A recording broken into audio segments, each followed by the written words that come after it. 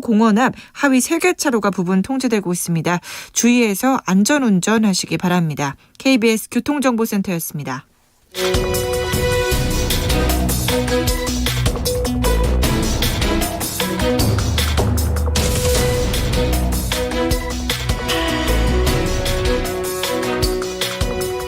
여러분께서는 끝장 토론 각설하고를 듣고 계십니다. 정관용의 시사본부 매주 토요일 2부 끝장 토론 각설하고 국민의힘 혁신위원 천나람 변호사, 민주당의 대변인 지내신 현근택 변호사 두 분과 매주 함께하고 있습니다. 자, 지금 이제 거리에서 윤석열 퇴진 촛불 집회 이런 집회들이 이어지고 있는데 더불어민주당의 김용민 의원이 이제 그 협 집회 현장에 참석을 하고 급기야 라디오 인터뷰 같은 데서 퇴진이나 탄핵이라는 용어가 이제 사용되면서 이거 좀 너무 많이 나간 거 아니냐 이런 얘기들이 있습니다. 어떻게 보세요, 천하람 변호사? 네, 저는 당연히 저도 좀 충격적이고요. 그리고 김용민 의원이 이런 발언도 했습니다. 처음부터 자격이 없었던 사람이 대통령을 하고 있으니 나라 꼴이 엉망이다. 그러면 저희가 지난 선거가 부정선거였다는 겁니까? 아니잖아요. 국민들이 선택하셔서 한 대통령한테 이렇게 평가하고 퇴진을 하겠다. 예. 아니 이거는 집회하시는 일반 국민은 하실 수 있는 얘기죠. 근데 이렇게 되면은 또 그냥 적대시하는 정치가 되는 거잖아요. 그러니까 예를 들면 저는 이런 얘기 나올 때 좀 제가 그냥 걱정이 되는 거는 저는 방송하면서 현 변호사님 또 옳은 얘기도 많이 하시고 현 변호사님 맞는 얘기인 것 같다. 민주당 얘기에 설득도 많이 되고 우리가 잘못한 것 같다 얘기도 많이 합니다. 근데 이런 식으로 정치가 적대화되면은요 못해요 그걸. 예. 아니 우리 대통령을 퇴진시키려는 사람들한테 어떻게 우리가 동조를 합니까? 그러니까 물론 일반 국민이면은 본인 답답하시면 하실 수 있는 얘기인데 국회의원으로서 헌법기관으로서 이런 얘기는 하지 말았어야 되는 거 아니냐. 아마 민주당의 조응천 의원 같은 분들도 좀 너무 나갔다 하시는 것 같고 근데 또 재밌는 거는 민주당의 안민석 의원 같은 분은 내가 김용민과 함께 광장으로 나가겠다 이러고 계시거든요. 그래서 전 좀 걱정입니다. 네. 이번 주에 가장 핫한 한마디가 이거였습니까? 네, 이겁니다. 김용민 의원의 처음부터 자격 없는 사람이 대통령 돼서 나라 꼴이 이 모양이 됐다. 네. 현근택 변호사는 이번 주에 가장 핫한 한마디는? 사실은 앞에서 다 해가지고 특별히 못 골랐는데 저는 사실 핫하진 않은데요. 언론에도 좀 주목했던 보도가 저는 아마 윤석열 대통령이 카디지라는 개념을 잘 모르는 것 같다라는 얘기 들어요. 뭐라 그랬냐면 그때 비행기가 막 넘어오고 이러니까 방공식별구역. 그렇죠. 소위 국가라고 하면 그 말도 좀 이상해요. 소위 국가라고 하면 그냥 국가가 선정한 이렇게 하면 되는데 카디지랄 수 있는 우리 군이 설정한 남방 조치선을 넘어왔다. 다 안 맞는 말이에요. 카디지라는 건 방공 식별구역을 얘기하는 거고 남방 조치선에는 없거든요. 전술 조치선. 우리 DMZ 앞뒤로 2km씩 하는 거를 북방 한계선 남방 한계선 이렇게 얘기합니다. 북방 남방은 거기서 나온 말 같고 조치선이란 말은 아마 전술 조치선에서 나온 말 같은데 그거랑 카디지랑은 다른 개념인데 그거를 좀 혼동하시는 것 같아요. 그리고 이거를 저는 더 앞에 소위 국가라고 하면 카디지를 할 수 있는 자체가 저는 이해가 안 가요.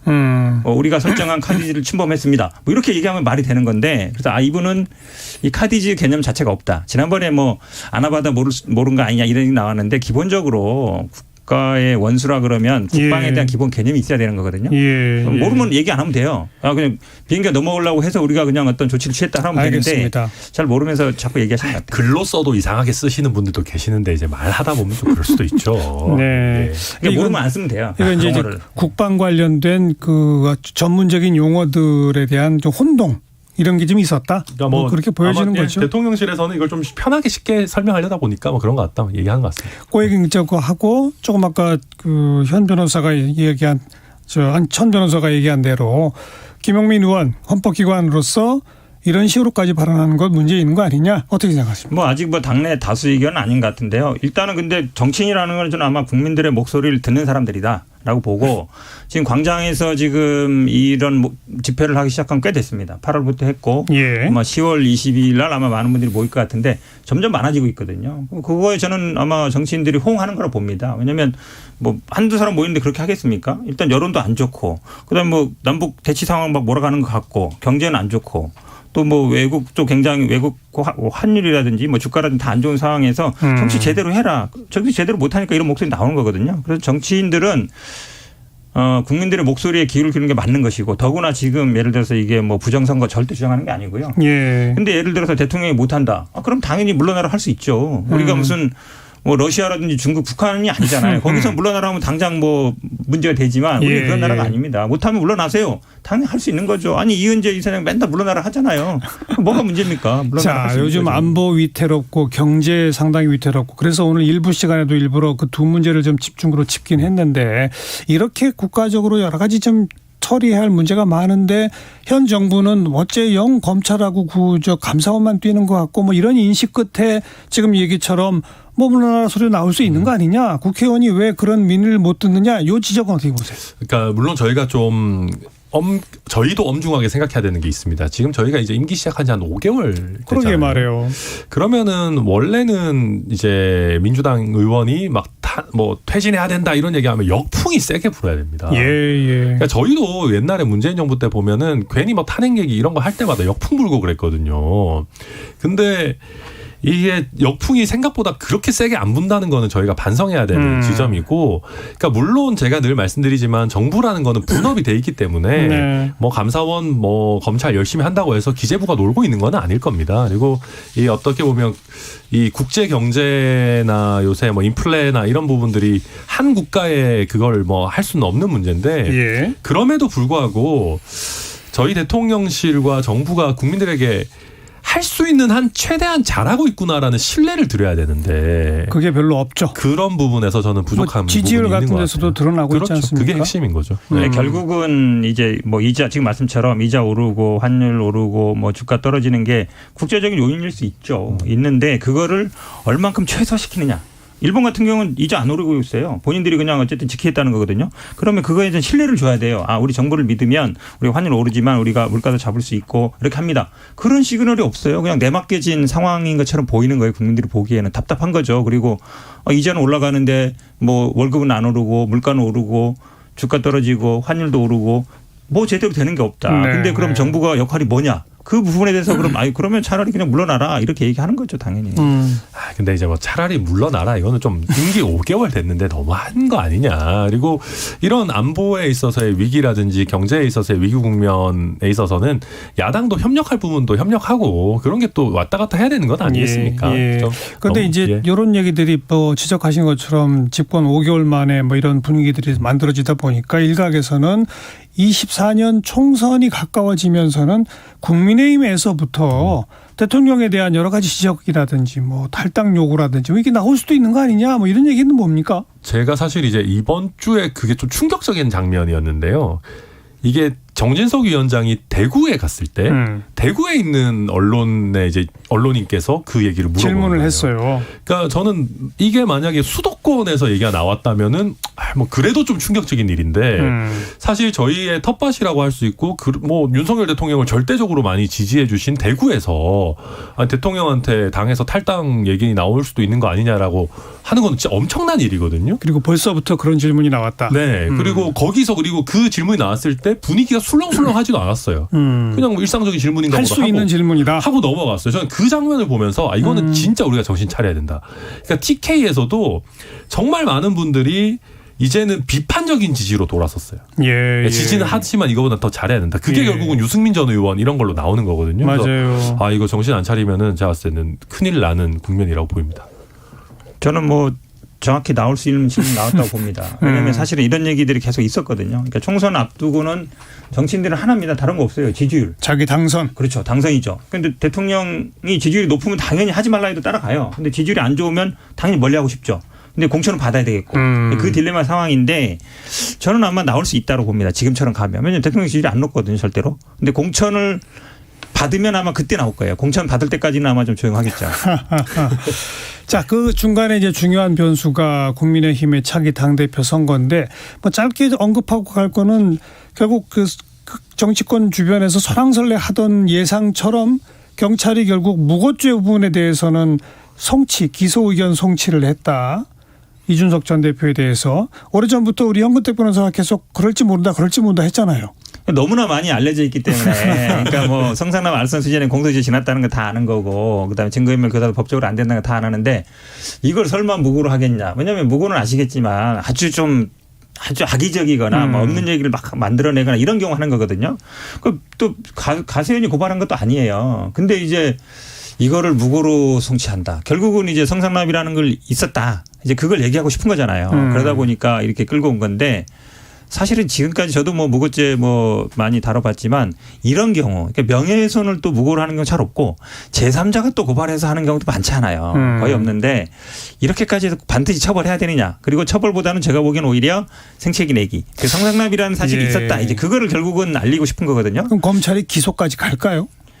근데 저는 사실은 권력이나 정권에 더 발을 맞추는 건 검찰입니다. 경찰보다. 경찰은 그전에 약간 좀 멀리 있었는데 검찰은 오히려 권력에 더 가까이 있거든요. 그럼 오히려 더 기소 가능성이 높아졌다. 네.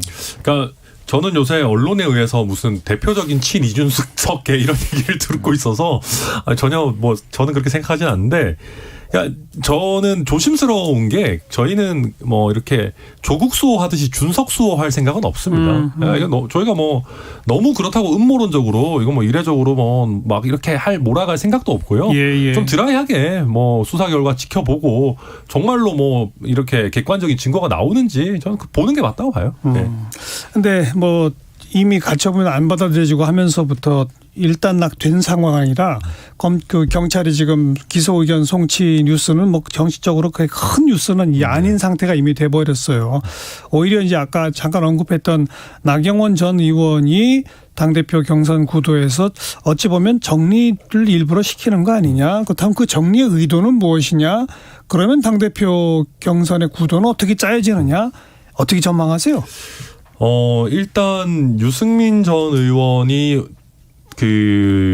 절대 대선 안 된다라는 생각이 강한 거는 맞는 것 같습니다. 근데 요즘 유승민 전 의원의 행보를 보면 꼭 나올 것 같지 않아요? 제가 봐도 나올 것 같습니다. 그죠? 워낙 뭐 메시지도 굉장히 세게 내시고 적극적으로 하시기 때문에 나올 것 같고 그러면은 이제 대항마를 누구로 할 것이냐가 문제인데 안철수 의원 같은 경우는 인지도는 있지만 이제 그 정도의 신뢰관계가 있느냐. 그리고 당 주류의 입장에서 봤을 때 아니 보궐선거해서 배지도 이제 생겼고 인수위원장까지 했으면 뭐 우리가 빚은 없는 거 아니냐. 뭐 이런 생각이 좀 있는 것 같고요.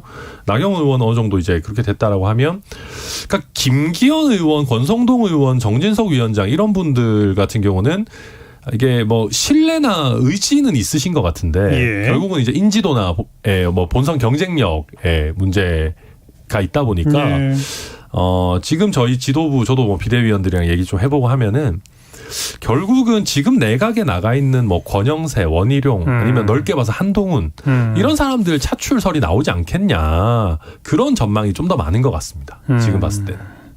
한동훈 차출설까지 나옵니까? 그러니까 뭐 아주 본격적이진 않은데 지지층에서는 또 원하시는 분들이 계시니까 저는 조금 성급하다고 생각하는데 얘기는 당내에서 없진 않습니다. 그래서 아무튼 결과적으로는 유승민 전 의원이 출마할 것으로 예상되니까 친윤계가 좀 일치단결해서 친윤계 대 유승민 이런 1대1 구도를 짜려고 하는 것이다라는 식의 분석이 있던데 그게 맞는 거예요? 네, 저는 어느 정도 맞다고 봅니다. 왜냐하면 지금 나경원 전 의원은 조금 중간적이니까 그렇죠. 이게 표가 분산될까 봐 1대1 구도를 만들려는 것이다 뭐 이런 거예요? 네, 맞습니다. 왜냐하면 나경원 의원이 정말로 친윤이냐 윤핵관이냐 이런 논란을 떠나서 나경원 전 의원을 지지하는 저희 당원층이 있죠. 기본적으로 따로. 친윤 성향이 강한 당원층으로 분석이 됩니다. 그러다 보니까 어느 정도 그런 내부 정리 수순에 들어간 거 아니냐.